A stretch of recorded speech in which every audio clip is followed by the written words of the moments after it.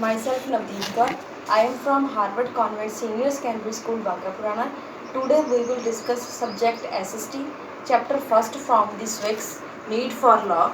Need for Law जैसे कि इसका नेम है कि कानून की ज़रूरत हमें क्यों है. फर्स्ट ऑफ ऑल हम पढ़ेंगे introduction. Our first point is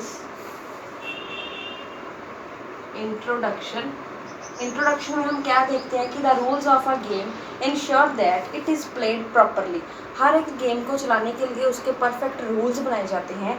same as it is क्या है कि रूल्स जो फॉर्मुलेट करने किए जाते हैं सरकार के द्वारा हमारी सोसाइटी को चलाने के लिए, ताकि हमारी जो सोसाइटी का पूरा फंक्शन है, सारे काम हैं, एफिशिएंटली काम हो सकें.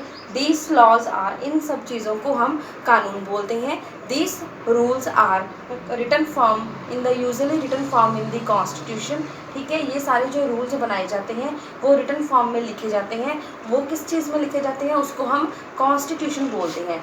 क्या बोलते हैं उसको? कॉन्स्टिट्यूशन. कॉन्स्टिट्यूशन है हमारा जो भारत का संविधान है, उसमें सारे कानून वगैरह लिखे जाते हैं. In this chapter we will study the importance of our laws and in the laws importance of law in our society. First of all need for law, कि हमें इनकी ज़रूरत क्यों पड़ी. सबसे पहले है कि a society is made up of interaction and relationship are regulated by law. Society में रहने वाले लोगों की, ठीक है, आपस में जो दूसरे लोगों के साथ इंटरेक्शंस होती हैं, जो रिलेशनशिप बनाया जाता है, उन सब चीज़ों को ध्यान में रख के हमारी सरकार है वो जो कानून बनाती है. और जो कानून होते हैं वो हमें गाइड करते हैं कि कौन सी चीज़ हमारे लिए सही है, कौन सी चीज़ को हम कर सकते हैं, कौन सी चीज़ को हम नहीं कर सकते, एंड हमारे लिए क्या अच्छा है और क्या बुरा है. जैसे कि वेलफेयर का भी वो पूरा ध्यान रखते हैं. वेलफेयर का मतलब होता है समाज भलाई का काम. उसके बाद है they see to that a less powerful person और ग्रुप इज़ नॉट डोमिनेटेड. और हमारी सरकार किसी को ये भी मतलब राइट नहीं देती कि अगर कोई ज़्यादा पावरफुल इंसान है, कोई रिच पर्सन है, वो मतलब गरीब इंसान के ऊपर कोई जैसे कि कोई प्रेशर डाल के उससे गलत काम करवाया जा सके. ये इस चीज़ का भी हमारी जो सरकार है वो कानून इसके लिए नहीं बनाती. और इसके बारे में क्या है कि let us understand the role of law in society with the example of dowry prohibition act in 1961. कि हमारा जो रूल ऑफ लॉ है इसको हम एक्सप्लेन करेंगे with the example of dowry prohibition act. कौन सी एग्जांपल दी है? Dowry prohibition act 1961. ठीक है, डाउरी क्या है? दहेज प्रथा. प्रोहिबिशन क्या है? कि उसके ऊपर रोक लगाना, उसको ख़त्म करना. एक्ट जो बनाया गया कहाँ बनाया गया, कब बनाया गया? 1961 में. 1961 में हमारी सरकार के द्वारा ये कानून बनाया गया था कि इसको मतलब प्रॉपरली पूरी तरह से ख़त्म करना है.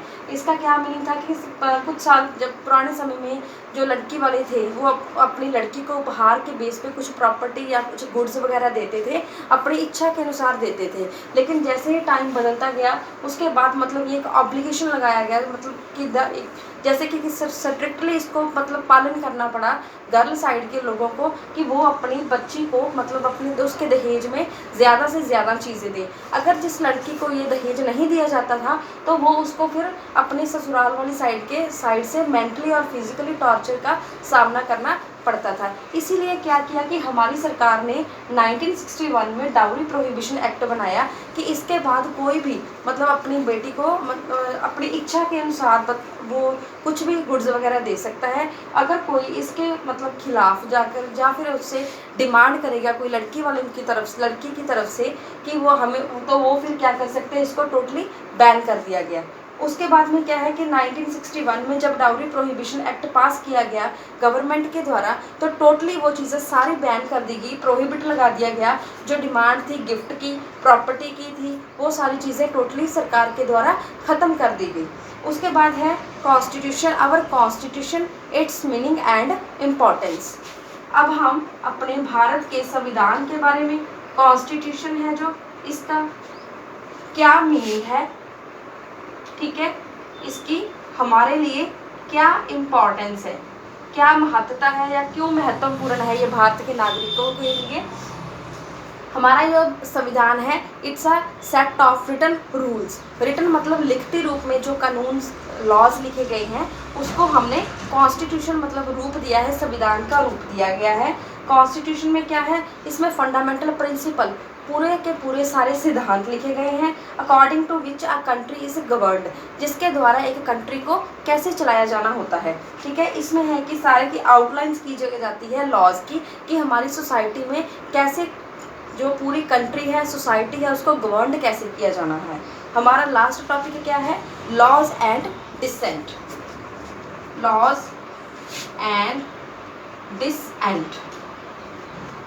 लॉज है कानून, डिसेंट है अगर हम किसी चीज़ को मतलब मान नहीं सकते, उसके ऊपर जैसे डिसएग्रीमेंट करना है, असहमति प्रकट करनी है उस चीज़ के लिए, जैसे कोई लॉज बनाए जाते हैं। डिसेंट किस चीज़ को रेफर करता है, टू हैविंग और expressing views that are different from this those officially accepted in society. ये कि डिसेंट किस चीज़ को रेफर करता है कि कोई ऐसी चीज़ है जो सोसाइटी के द्वारा मतलब उसको प्रॉपर वे से नहीं देखा जाता, उसको एक्सेप्ट नहीं किया जाता, उसके खिलाफ कुछ आवाज़ उठाने के लिए इस चीज़ का यूज़ किया जाता है।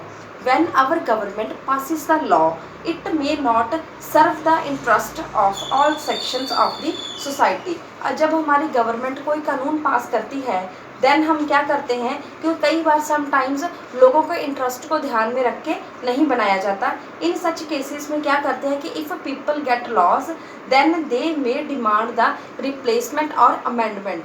लोग मतलब सरकार से इस चीज़ की डिमांड कर सकते हैं कि इस कानून को या तो रिप्लेस कर दिया जाए या फिर इसमें अमेंडमेंट करी जाए, या तो इसको बदल दिया जाए या फिर इसको टोटली चेंज कर दिया जाए, अमेंडमेंट कर दी जाए, इसमें सुधार किया जाए।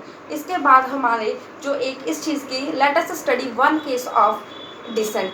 डिसेंट का एक केस है जिसमें एंटी अरैक मूवमेंट के बारे में बताया गया था। इसमें एंटी अरैक मूवमेंट आपकी बुक में है, आप उसको रीड कर सकते हो। Thank you.